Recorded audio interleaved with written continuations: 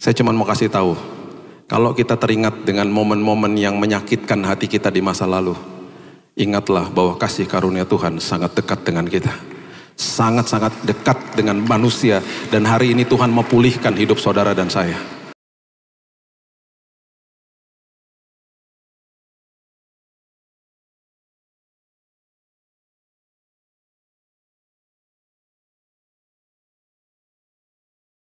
Kekudusan demi kekudusan Engkau berikan kepada kami, dan kami sudah dilayakkan karena Yesus sudah menyelesaikan semua di kayu salib. Terima kasih buat hari ini, kesempatan yang kami dapat berkali-kali Tuhan di hadapan Tuhan untuk selalu duduk di kaki Tuhan, mendengar isi hati Tuhan. Dan itu sebabnya Tuhan Roh Kudus sendiri yang membukakan pikiran dan hati kami, tabur benih kebenaran firman Tuhan, dan benih firman ini akan terus menguasai hidup kami. Hanya di dalam nama Tuhan Yesus kami sambut firman kebenaran, kita sama-sama katakan amin, amin, amin, amin, haleluya. Silakan duduk. Shalom semua. Kalau Bapak Ibu ikuti khotbah-khotbah saya dari beberapa bulan lalu, sebenarnya ada beberapa rangkaian yang saya berusaha bagikan untuk kita semua mengerti bahwa hidup ini adalah perjalanan hidup, ya, it's a road trip, dan seringkali kita masih terkadang membawa ekstra bagasi dari masa lalu. Dan tanpa kita sadari, ekstra bagasi itu akhirnya menyulitkan orang lain. Dan akhirnya kalau Alkitab sendiri mengatakan, di dalam bahasa Alkitab dikatakan orang-orang seperti itu akan membuat kerusuhan dan mencemarkan orang di sekitarnya. Dan itu perlu ditanggapi dengan benar, karena orang yang hatinya masih penuh kepahitan, dia akan membuat orang di sekitarnya kepahitan. Jadi seringkali itu yang harus kita pahami, karena setiap hari kita harus grow in grace. Kita harus bertumbuh. Bertumbuhnya di mana? Di dalam kasih karunia. Jadi jangan salah, bertumbuhnya di dalam pengenalan akan Tuhan, kasih karunia Tuhan. Nah, sebentar kita lihat ayatnya. Pengertian ini yang memberitahu itu adalah Petrus, yang mengalami sebuah sampah hidup dalam hidupnya. Dan kemudian ketika dia berjumpa dengan Yesus, dia tidak dituduh, dia tidak dihukum, dia tidak dihakimi. Yang terjadi adalah dia ngalamin kasih karunia Tuhan, dan dia tulis akhirnya dari pengalaman pribadinya. Kita sudah tahu, saya sudah pernah bahas di sini, dia mengalami momen namanya momen api arang. Di mana di depan api arang, di depan rumah imam besar Kayafas, dia menyangkal Yesus. Mereka lagi bersanding di situ, mereka lagi menghangatkan tubuh. Dan Alkitab menulis di kitab Yohanes 18 ayat 18, mereka sedang ada di depan situ, termasuk dia menunggu Yesus yang sedang ditahan. Tiba-tiba ada satu orang datang kepada dia dan bertanya, "Kamu murid Yesus ya?" Kemudian dia menyangkal di depan api arang.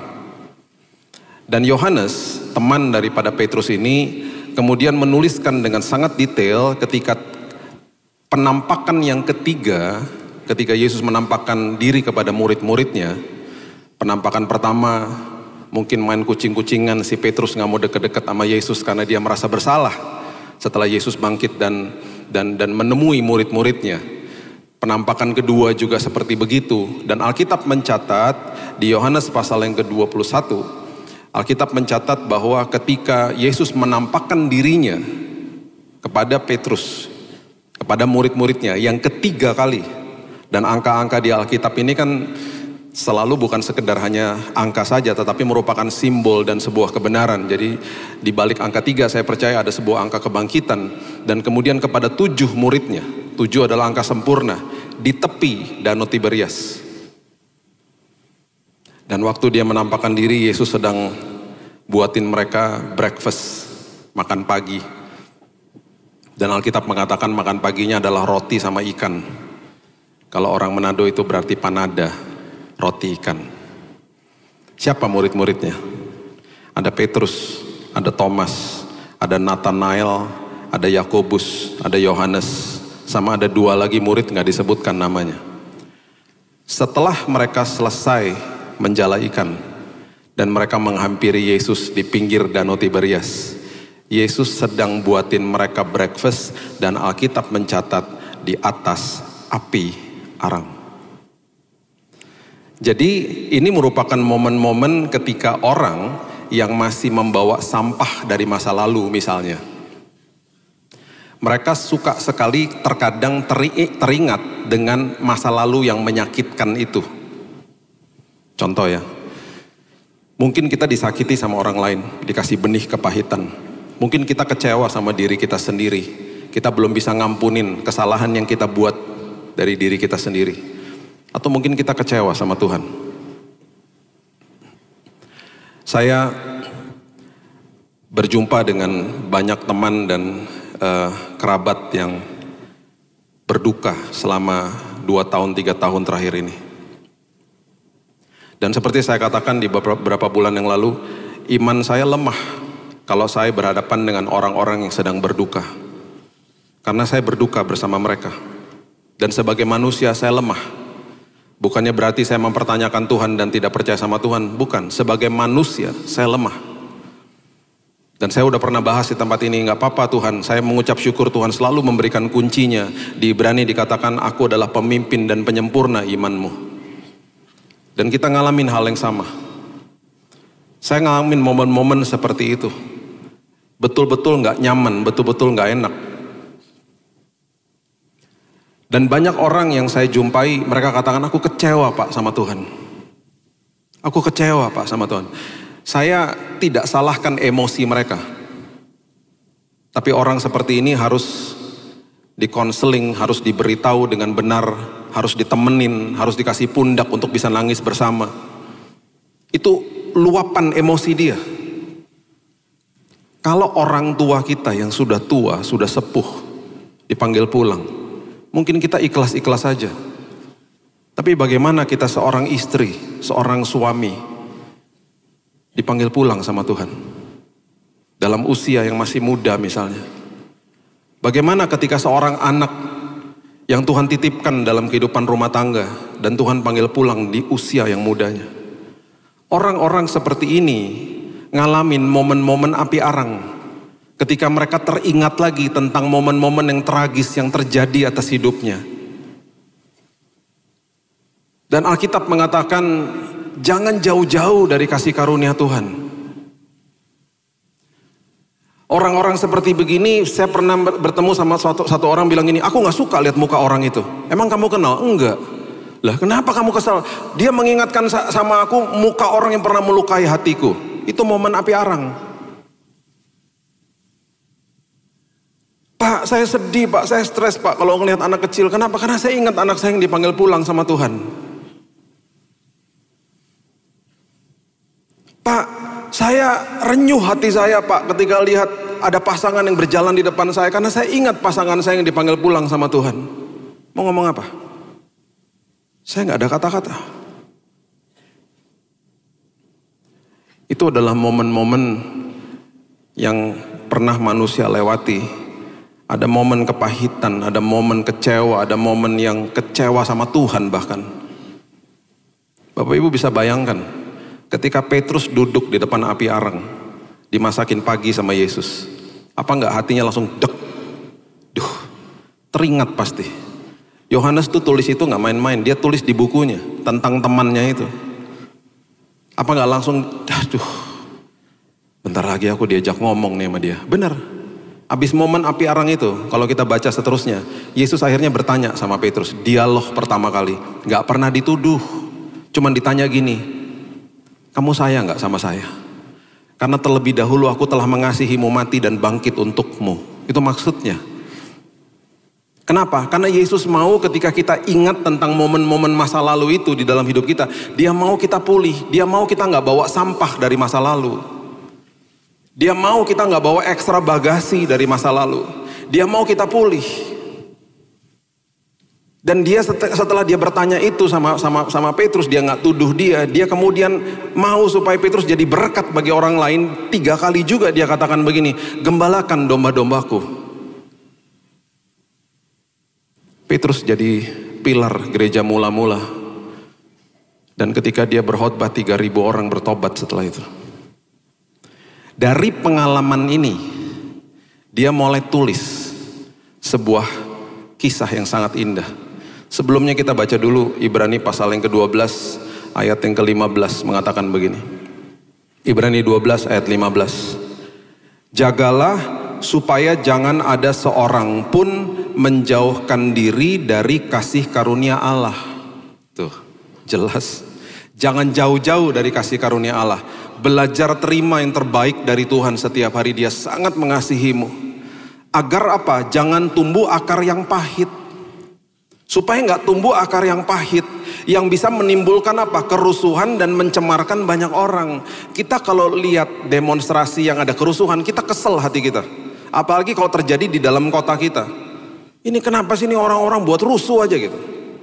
Kita nggak sadar orang-orang yang membawa sampah dari masa lalu bisa merusuhkan orang-orang yang ada di dekatnya. Dan Alkitab mengatakan mencemarkan hati mereka. Makanya gak heran orang yang kepahitan membuat orang di sekitarnya pahit gara-gara dia. Gara-gara ulahnya, tindakan, perkataannya dia. Dan orang gak mau deket-deket sama dia.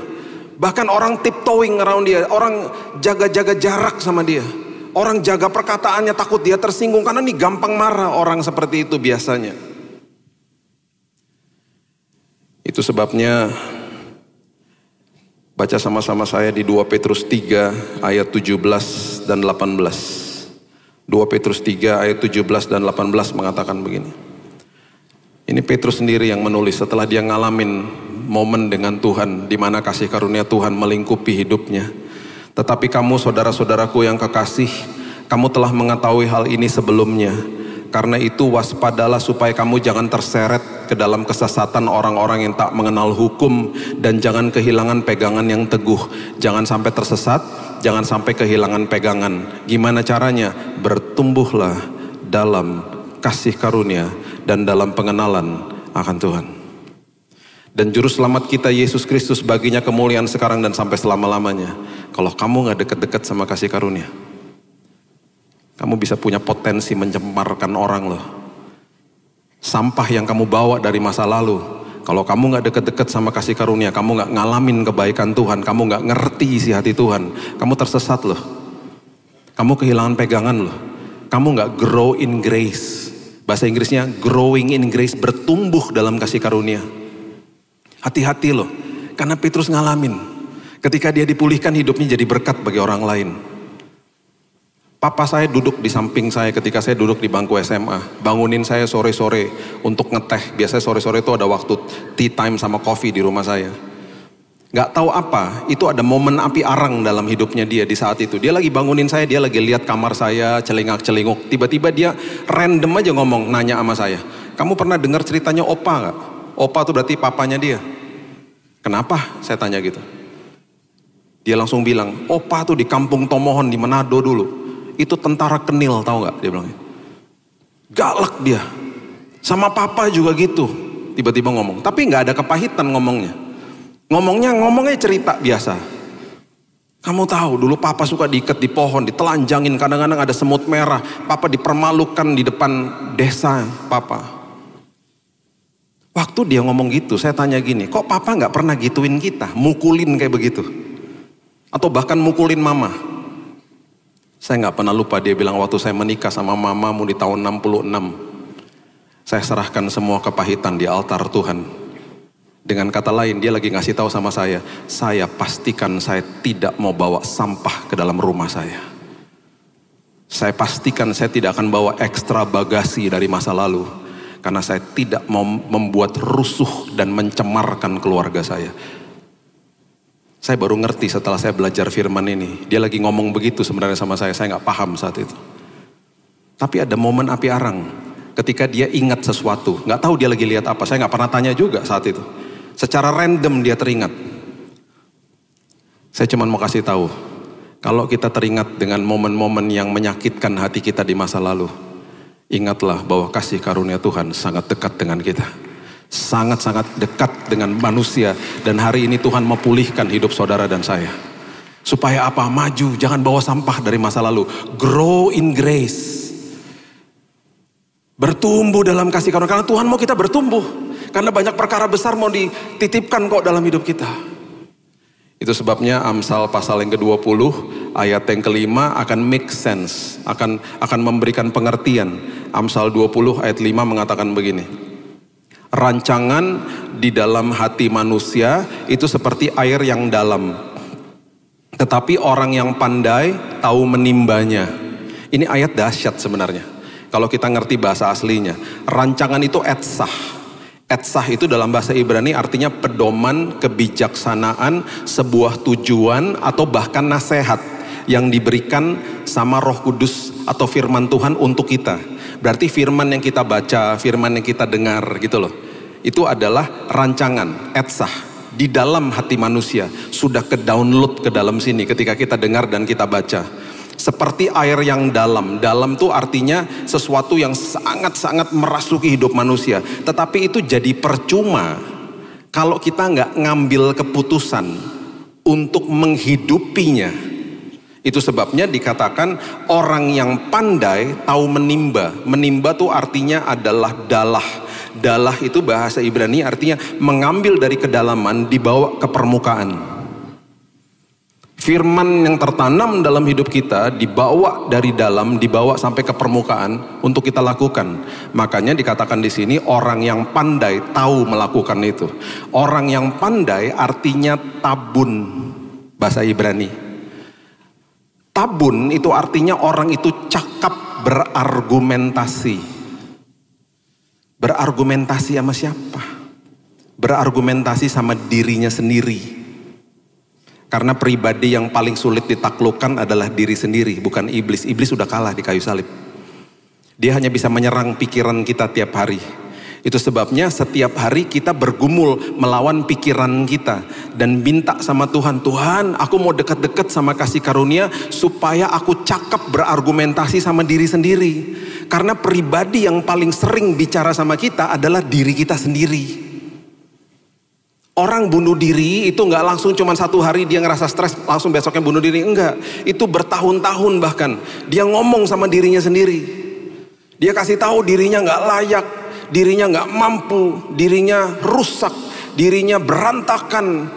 Akhirnya dia stres sendiri. Itu karena pribadi itu ngomong sama dirinya sendiri. Orang yang tabun adalah orang yang cakap berargumentasi dengan dirinya sendiri. Nah, gimana kita bisa memberitahu diri kita kebenaran firman kalau kita nggak dekat-dekat sama kasih karunia Tuhan? Akhirnya pengambilan keputusannya salah. Ketika pengambilan keputusannya salah, akhirnya kita hidupnya betul-betul kita arah langkah kita di dalam perjalanan iman kita salah jalanlah, kesinilah dan lain sebagainya. Dan kita akhirnya tidak paham bahwa banyak rambu-rambu yang Tuhan sudah kasih. Dan karena kita nggak bertumbuh, nggak dekat sama Tuhan, kita nggak paham rambu-rambu ini harus kemana. Saya minggu lalu ya, istri saya pergi ke luar negeri. Saya nggak bisa ikut karena ada ponakan kami yang wisuda. Karena saya ada jadwal jadi saya nggak bisa ikut. Saya bilang kamu pergi sendiri. Ini yang terjadi. Istri saya itu orangnya kalau dites kepribadiannya intim dominan. Semua kepribadian tuh ada plus dan minus. Orang intim itu temannya banyak, kelebihannya. Wah banyak temannya. Kalau ketemu orang rame pasti. Itu istri saya. Orang intim kelemahannya nggak teliti. Berantakan, pelupa. Dulu ya, dulu sekarang udah nggak. HP hilang 5 kali, ketinggalan di toilet. Dulu. Nah saya kalau dites kepribadian stabil cermat. Jadi teliti, kelebihannya teliti. Kekurangannya nggak fleksibel aja orangnya. Pasti ada kelebihan kekurangan lah. Jadi kan saling melengkapi. Jadi saya ngerti waktu kita mau menikah kita lihat, oh berarti ini kekurangan, ini kelebihan. Kita saling melengkapi. Kalau dia traveling sama saya akan pasti hati-hati, saya akan bawa paspor dan saya akan cek berulang kali karena teliti saya. Di rumah dicek, di mobil dicek gitu ya.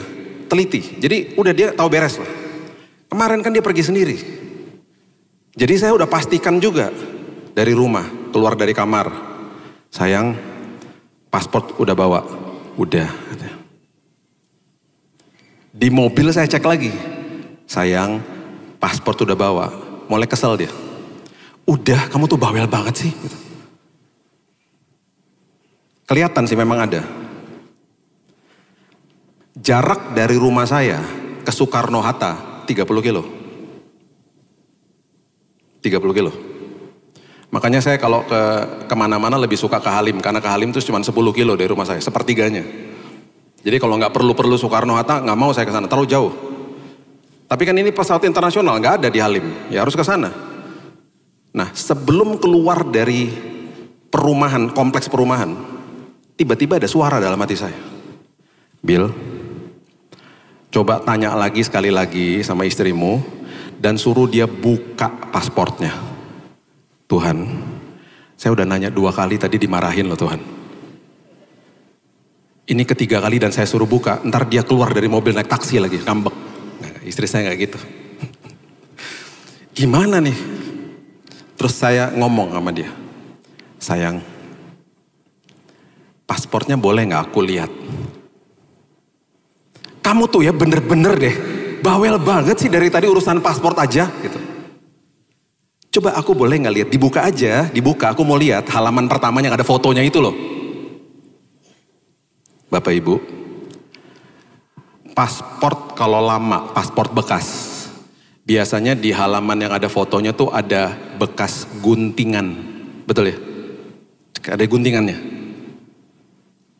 Waktu dia keluarin dari tasnya dan dia buka, saya lihat dari sini, ada guntingannya. Berarti kan dia bawa paspor lama. Cuman saya diam aja. Paspor lama. Diam aja. Tiba-tiba ada suara lembut banget. Iya, paspornya salah. Terus saya tanya, jadi gimana? Ya udah pulang aja. Bener pulang? Ya iyalah, masa mau bawa paspor lama? Dalam perjalanan pulang saya bilang gini, makanya denger-denger sama suami. Kamu bisa bayangin gak, kamu udah sampai di depan counternya airlines-nya. Pas kamu buka, salah paspornya. Dan pasti kamu kan telepon aku. Emangnya kalau paspor salah kamu bisa kasih tunjuk KTP? Ini kan internasional, mana bisa? Pastikan kamu telepon aku. Suruh ngapain? Suruh ngambil paspor yang asli, ya kan? Ini udah jam 5 sore di Jakarta. Berarti aku balik ke rumah 30 kilo. Ngambil balik lagi 60 kilo. Belum macet, ketinggalan pesawat kamu. Bener gak? Iya. Kan ya dengerin. Suami yang teliti ini. Dia ambil paspor di depan rumah, dia keluar. Saya cek lagi sekali lagi. Boleh gak buka lagi? Jangan-jangan paspor saya dibawa. Dia buka, tuh bener-bener. Bapak Ibu tahu, waktu saya pencet Google Map, yang tadinya saya diarahkan ke arah sana, kan tol di Jakarta banyak. Sekarang saya diarahkan ke tol yang berbeda. Saya cuma mengucap syukur dalam hati saya. Saya bilang gini, Tuhan terima kasih ya. Apapun kondisi hidup, mungkin aja ada bahaya di sana. Tuhan arahkan dan aku selalu percaya sama pimpinan Tuhan pasti aman dan nyaman. Amin. Kita nggak pernah tahu. Jadi kalau ada apa-apa terjadi dalam hidup jangan ngambek sama Tuhan. Pimpinan Tuhan nggak pernah salah kok. Dan lewat jalan itu tiba-tiba yang tadinya saya lihat 1,5 jam, 1 jam udah nyampe. Tiba-tiba yang tadinya mungkin ada macet clear. Pimpinan Tuhan selalu tepat. Pimpinan Tuhan selalu terbaik. Dan jangan lupa dengerin suami. Saya tuh suami-suami kan biasa dikasih mata-mata visualnya jago, ya kan? Jadi kalau di mall juga gitu. Parkir di B1, keluar lewat sini, nanti di mallnya mau masuk lagi tahu udah hafal tokonya kan. Itu kan kelebihannya pria. Pria tuh visualnya memang hebat. Wanita itu kelebihannya mulut sama telinga, bisa mendengar hebat gitu. Pria tuh visual. Jadi berkali-kali saya mau balik ke mobil, udah tahu parkir di mana. Istri dulu. Bukan di situ parkirnya. Saya bilang udah di sini ikutin aja. Bukan bawel, bilang saya, Tuhan bungkam mulutnya Tuhan, bungkam Tuhan, tolong Tuhan. Udah sayang ikutin aja. Ketemu nggak mobilnya? Ketemu kan? Selalu kalau ketemu mobilnya dia selalu bilang begini, ini tadi mobilnya nggak parkir sini kok. Lah emang siapa yang pindah-pindahin? Emang mobilnya pindah-pindah sendiri? Kenapa sih wanita tuh gak mau disalahkan? Akhirnya satu hari dia, ya udah ya memang kamu udah kehebatannya visual. Emang gitu kok. Pria tuh visual sama perut. Kalau nggak makan nggak terbuka otaknya. Tapi kalau wanita mulut sama telinga ya, pendengarannya hebat, bicara banyak. Makanya wanita kalau ngomong sama wanita satu topik bisa 1 jam. Ya ampun Ci, ya ampun masa sih gitu. Saya lewat lagi setengah jam lagi ngomong hal yang sama loh. Itu aja diomongin gitu, pakai perasaan soalnya. Kalau pria tuh punya kata sandi, pria ngomong sama pria punya kata sandi, namanya siap. Ya, oke. Ya, siap. Oke sih, itu berarti yuk udahan saya udah ngerti. Siap. Ya. Iya, oke, siap. Oke, bye. Udah selesai. Itu pria. Pria gak suka banyak ngomong. Tapi kalau wanita, wah, luar biasa. Makanya kalau habis ibadah kayak nginden gini, nanti habis selesai ibadah, pria-pria udah langsung ke kendaraan ya kan, karena lapar mau makan siang. Wanita-wanita, istri-istri gak pernah diajakin ngobrol, nyangkut di pintu gereja. Ketemu sama temennya, Ci apa kabar? Pria-pria, jangan kirim anak wanita untuk panggil mamanya. Karena dia wanita juga. Mami, papi udah nungguin di mobil. Tante apa kabar? Dia ngobrol juga. Makin lama, kirim pasukan Kopassus, anak laki-laki. Karena dia juga lapar. Mami, yuk, papi udah lapar. Bye tante sampai minggu depan. Udah, mami jangan banyak ngomong. Udah yuk, lapar aku. Gitu. Itu kelebihannya, ya. Nah, firman Tuhan bilang begini, ya. Coba lihat 1 Korintus 2 ayat 14. 1 Korintus 2 ayat 14. Manusia duniawi tidak menerima apa yang berasal dari roh Allah. Tuh. Karena hal itu baginya adalah suatu apa? Kebodohan. Dan ia tidak dapat memahaminya sebab hal itu hanya dapat dinilai secara rohani. Ini mengerikan loh. Ini ayat seringkali mungkin dibaca, ditafsirkan begini. Oh itu buat orang dunia, enak aja. Enggak. Kita ini waktu terima Yesus, kita kan dibenarkan. Sekarang kita proses yang saya berkali-kali katakan, kita nih sanctification, kita proses dikuduskan tiap hari, sekolah kehidupan. Berarti sampah-sampah yang masa lalu lagi mau didetox nih sama Roh Kudus, tiap hari loh. Dengan pendengaran firman kita bertumbuh dalam kasih karunia. Nah, banyak orang kalau nggak belajar firman dan nggak ngerti firman, ayat ini kalau saya rangkumkan dalam kata-kata yang sederhana adalah begini. Kalau kamu tidak mengerti kebenaran, kebenaran itu jadi kebodohan bagi dirimu. Itu maksudnya. Kalau kamu tidak memahami sesuatu hal, hal itu jadi kebodohan bagi dirimu. Contoh, saya nggak paham dunia lukisan. Jadi lukisan harganya MM-an bagi saya kayak aneh gitu loh. Ini kan lukisan cuman kayak aut-autan aja gitu loh. Kok bisa sampai mahal segitu gitu. Karena saya nggak ngerti dunia lukisan. Teman saya bilang, kamu mesti plototin Bill, itu ada artinya. Saya plototin makin pusing saya. Karena saya nggak ngerti, kayak abstrak soalnya kan. Nggak ngerti dunia lukisan. Sama, firman Tuhan juga gitu. Makanya firman-firman nih contoh ya, seperti begini. Harus saling mengasihi sama seperti Kristus mengasihimu. Jadi kebodohan. Jadi ketika orang dibilang ini, ayo Pak, Bu, ayo mohon maaf duluan sama pasangannya. Ayo minta maaf duluan. Enak aja, bukan saya yang salah kok Pak. Gitu. Nah, jadi kebodohan kan? Saling mengasihi sama seperti Kristus mengasihi saya. Bukan sama seperti orang itu ngasih saya, bukan. Minta maaf duluan Bu, Pak, itu bukan berarti Bapak Ibu yang salah, bukan. Itu berarti Bapak dan Ibu sedang mencairkan suasana. Jadi termostat bukan jadi termometer. Termometer suhunya sekian, dia ikutan sekian. Termostat itu kayak remote AC, lagi panas saya dinginin, lagi dingin saya hangatkan, gitu loh. Jadinya dia bertumbuh di dalam kasih. Jadi firman-firman yang memang sulit dilakukan karena bertentangan dengan nilai dunia, nggak lagi jadi kebodohan bagi hidupnya, gitu loh. Sama seperti kalau saya berkisah sama saudara tentang hobi saya. Saya punya hobi pesawat terbang. Saya udah pernah kisahkan di sini. Saya punya 300 lebih pesawat terbang. Mainan, jangan kaget. Ya. Diecast segini-segini. Saya bisa berkisah. Saya bisa ngobrol tentang dunia aviasi. Saya berkali-kali ini kemarin saya ngobrol lagi sama teman saya, salah satu kapten dari pesawat maskapai terkenal di Indonesia. Bill, kapan lagi main ke simulator aku gitu? Ayo Captain, nanti saya kesana lagi. Saya belajar terbangin pesawat sama dia. Kokpit asli loh, bukan komputer. Kokpit asli. pesawat Boeing 737. Jadi mendarat dan landing saya udah cukup paham. Jadi satu hari kalau tiba-tiba Bapak Ibu di pesawat pilotnya sakit perut, saya bisa mendaratin. Kalau tiba-tiba pendaratannya agak guncang-guncang, mungkin saya yang daratin. Bisa lah, sedikit-sedikit. Saya bisa berkisah nih tentang pesawat. Saya bisa ngomongin pesawat berjam-jam karena saya suka banget.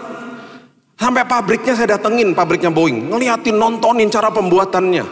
Jadi hobinya betul-betul hobi serius. Pesawat punya nomor polisi, ayo. Kalau belum tahu, pas lagi ngantri di Garbarata, lihat ke bagian belakang, buntutnya pesawat ada tulisan PK sekian-sekian. PK bukan persembahan kasih. Itu artinya papa kilo sekian, itu nomor polisi registrasi pesawat itu berasal dari Indonesia. Kalau ada pesawat depannya N, bukan dari Malang. Itu artinya dia dari Amerika pesawatnya. Itu nomor polisinya, sampai hafal saya. Dan nomor itu registrasi kalau saya masukin di airfleet.net, saya langsung tahu pesawat yang saya naik ini usianya berapa tahun. Sebelum ini dipakai sama maskapai apa? Apakah ini bekas? Apakah ini langsung dari pabrikan? Tahu saya langsung. Saya nggak bisa dibohongin sama orang counter. Saya tinggal tanya gini, Mbak, pesawat yang saya mau naikin dari mana? Datangnya, Mbak. Dia tinggal kasih tahu, saya tinggal masuk flight radar, saya tinggal kira-kira turnover time berapa lama, saya datangin lagi, Mbak, delay 15 menit ya. Kok Bapak tahu sih Pak? Gitu. Saya masuk airport, yang saya lihat bukan seperti orang biasa lihat, saya pakai mata rohani masuk airport. Saya melihat dari sisi yang berbeda. Kenapa? Karena saya paham dunia aviasi. Saya bukan sekedar hanya tahu pesawatnya aja. Saya bahkan kalau lihat pesawat dari bawah saya tahu loh itu model apa. A320, 33, dari bawah aja ketahuan. Karena matanya udah kebiasaan. Nih, saya bisa berkisah nih. Tidak jadi kebodohan bagi saya. Karena saya paham. Bagi yang nggak ngerti, ngapain sih Pak Billy punya pesawat-pesawat kecil? Ngapain kok pergi? Jadi kebodohan. Karena nggak paham. Makanya Paulus bilang, yuk bertumbuhlah di dalam kasih karunia. Petrus katakan dipertajam sama Paulus, yuk kamu harus ngerti firman. Supaya firman gak jadi kebodohan bagi hidupmu. Coba lihat ini. Mazmur 131 ayat yang kedua. Mazmur 131 ayat yang kedua. Ini menjadi salah satu doa saya loh Bapak Ibu kalau pagi. Karena doanya Daud ini dahsyat banget menurut saya. Dia katakan begini, sesungguhnya aku telah menenangkan dan mendiamkan jiwaku. Daud loh ngomong, Tuhan aku memenangkan dan mendiamkan jiwaku. Kalau saya bisa tambahkan yang penuh sampah dari masa lalu. Seperti anak yang disapih berbaring dekat ibunya. Ya seperti anak yang disapih jiwaku dalam diriku. Disapih itu berarti meninggalkan ketergantungan sama susu. Anak kecil, tiba-tiba susunya diambil, nangis gak? Nangis. Nangis. Daud bilang, aku mau bertumbuh Tuhan. Aku mau menenangkan jiwaku yang penuh sampah. Aku gak mau minum susu lagi. Aku mau bertumbuh dewasa, itu maksudnya. 1 Korintus 3 ayat 1 dan 2. 1 Korintus 3 ayat 1 dan 2. Saudara-saudara pada waktu itu tidak dapat berbicara dengan kamu ya, seperti dengan manusia rohani, tetapi hanya dengan manusia duniawi yang belum dewasa dalam Kristus. Ini Paulus ngomong sama jemaat di Korintus.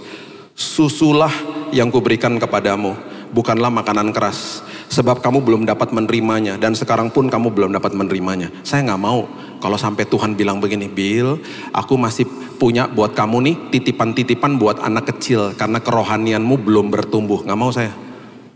Saya mau bertumbuh terus di dalam Kristus, dalam pengenalan akan Dia, supaya banyak titipan-titipan tanggung jawab yang lebih besar lagi Tuhan titipkan dalam hidup kita.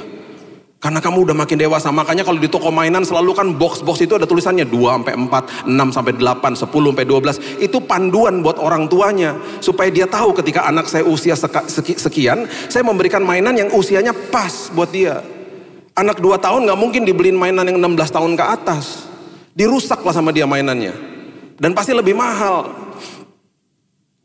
Itu sebabnya Paulus bicara begitu. Ibrani 5 ayat 13 mengatakan begini. Ibrani 5 ayat 13. Sebab barang siapa masih memerlukan susu, ia tidak memahami ajaran tentang kebenaran. Sebab ia adalah apa? Anak kecil. Anak kecil. Kita kalau bicara sama anak kecil juga beda kan bahasanya. Kita kalau ngomong sama anak kecil kan gini, halo, namanya siapa? Kan gitu. Bahasa itu kan kita nggak bisa pakai sama orang dewasa. Masa saya ngomong sama istri saya gitu, halo sayang, kamu dari mana? Kamu pulang dari Nginden kok jadi aneh gitu, nggak bisa. Bahasanya nggak bisa pakai bahasa anak kecil. Mau Tuhan ngomong sama kita kayak begitu? Masih kecil rohani. Akhirnya titipan-titipan yang hebat akhirnya tertunda. Tertunda akhirnya. Saya tutup ya sama kisah nyata ini. Saya nggak mau berdiri di sini mentang-mentang saya yang khotbah, oh Pak Billy dewasa, enggak. Saya juga bertumbuh, saya juga belajar dari sampah hidup saya. Beberapa tahun yang lalu, anak-anak itu masih sekolah online, termasuk anak saya. Jadi anak saya Keaton ini, anak saya dua-duanya nggak suka sama pelajaran matematika. Ya mereka nggak suka, karena bagi mereka tuh, bahkan mereka pernah bilang gini mas ya, siapa sih yang ciptain matematika, kurang kerjaan katanya gitu. Ya dibutuhkan lah nak gitu. Ya tapi susah banget Dad. Kalau cuman pertambahan, pengulangan, pembagian kan itu oke, ini ada algebra, trigonometri, apa jelimet banget. Mereka pokoknya kalau ujian matematika angkanya pas-pasan. 57, 60, paling mentok 70. Nah kalau 57 di bawah 60 kan ada remedial. Sekarang, dulu nggak ada, sekarang ada remedial. Jadi boleh ujian ulang gitu. Nah kalau ujian ulang biasanya dia udah dapat pelajaran ekstra dari gurunya, dia biasanya oke lah, ngedongkrak lah, bisa dapat 67, 70 gitu. Nah ini lagi zaman COVID, ujiannya online. Terus ujian matematika. Setelah selesai saya tanya, dapat berapa Dek? 57 Dek. Aduh, susah ya Dek. Iya. Ya udah belajar, kapan remedialnya? Hari Senin katanya gitu. Oh ya udah belajar ya Dek. Dan selalu kalau dia belajar selalu oke kok, kan dia tanggung jawab. Hari Senin, habis ujian. Ini sepanjang hari anak gak keluar kamar gitu. Pas udah mesbah keluarga malam-malam, dia masuk ke kamar saya. Saya langsung tanya dong, gimana remedialnya? Berapa? 60 berapa? Dapat 43 Dek. Aduh. Dari 57 jadi 43. Kok makin jeblok Dek? Susah Dek, aku udah belajar, aku udah tanya sama gurunya. Yang keluar beda semua. Aku gak suka sama matematika. Tapi saya nggak mau kasih dia tekanan lah. Saya tahu lah dia kasih yang terbaik. Udahlah ya udahlah, nanti kita tutorial aja lah ya Dek ya. Ya nanti kamu Dedi panggilin tutor lah ya. Tiba-tiba dia ngomong gini sama saya, dia cerita sama saya. Tapi enak juga ya kalau lagi zaman-zaman COVID begini, lagi ujian online. Kenapa? Tadi tuh gurunya ada meeting loh Ded. Sampai Zoom-nya dimatikan. Jadi kalau Dedi perhatikan tadi siang tuh aku keluar kamar ambil cemilan, ambil minum. Jadi selagi ujian bisa sambil nyemil. Kalau di kelas kan nggak bisa, dia bilang gitu. Waktu dia lagi ngomong begitu, pikiran saya berbeda. Langsung saya bilang gini, gurunya matikan Zoom.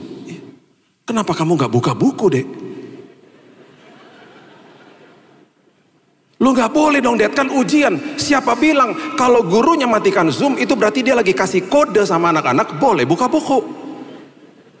Kenapa itu langsung reaksi itu keluar dari saya? Karena memang saya dulu jagoan nyontek. Jadi langsung keluar dari mulut saya, seorang hamba Tuhan. Kenapa gak buka buku? Gak boleh dong. Itu kan ujian. Terus saya bilangin saya gak puas.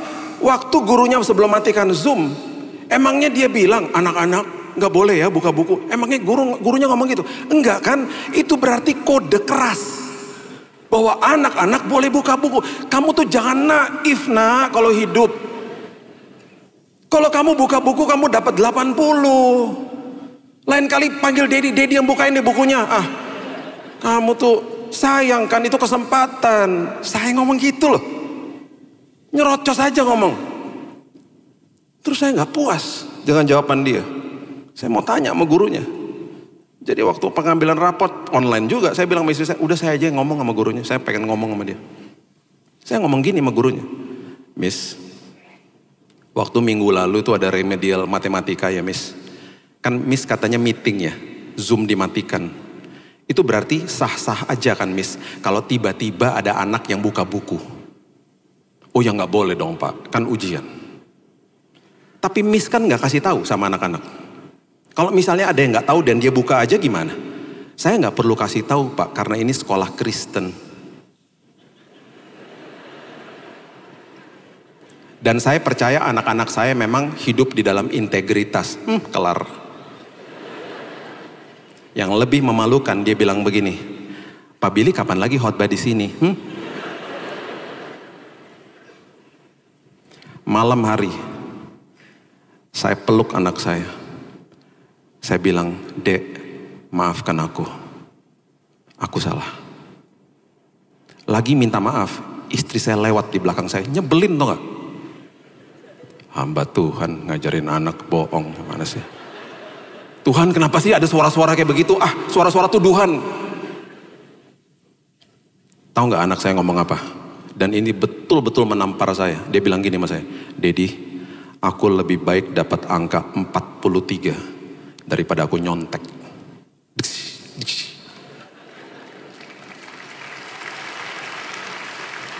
Istri saya lewat lagi. Rasain loh. Bapak Ibu, malam hari itu Roh Kudus bilang begini sama saya. Bukan berarti kamu udah khotbah sana sini, kamu gak ada sampahnya, masih ada. Dan momen-momen seperti begini, kamu harus tahu bahwa kasih karuniaku cukup bagi mobil. Keluarin sampahnya. Karena apa? Tuhan selalu bilang gini, kalau kamu berbuat salah, yang aku kasih tunjuk adalah perbuatannya. Aku tidak akan tunjuk karakter kamu. Dan banyak orang didatangin nama iblis, dikasih tahu bahwa karaktermu buruk, kamu gak layak, kamu berbuat salah, kamu gak mampu. Itu suara iblis. Roh Kudus gak pernah begitu. Roh Kudus melakukan conviction, menginsafkan dengan kasih yang luar biasa. Dia katakan, bertumbuhlah Bil dalam kasih karunia. Kamu orang luar biasa, karena karakternya gak pernah diserang sama Tuhan. Disitulah kita akhirnya menjadi orang-orang yang tidak tersesat, tidak kehilangan pegangan, karena kita grow in grace. Berikan tepuk tangan kita untuk Tuhan kita. Terima kasih Tuhan buat pagi yang indah. Kami mengucap syukur buat firman kebenaran. Kami percaya bahwa kami akan terus bertumbuh dalam kasih karunia. Dan kami percaya Tuhan ketika ada rambu-rambu di depan kami, kami tahu bahwa Tuhan sendiri yang menuntun perjalanan iman kami. Tuhan, kami mau menyapih diri kami. Kami gak mau ketergantungan sama susu. Kami mau bertumbuh Tuhan secara dewasa di dalam kerohanian kami. Dan kami percaya banyak perkara-perkara besar yang Tuhan mau titipkan dalam hidup kami. Terima kasih Bapak yang baik, kami percaya kehidupan kami dipelihara sama Tuhan. Dan hidup kami penuh kesaksian karena berjalan bersama dengan Yesus. Hanya di dalam nama Tuhan Yesus kami berdoa dan mengucap syukur. Kita sama-sama katakan, amin. God bless you.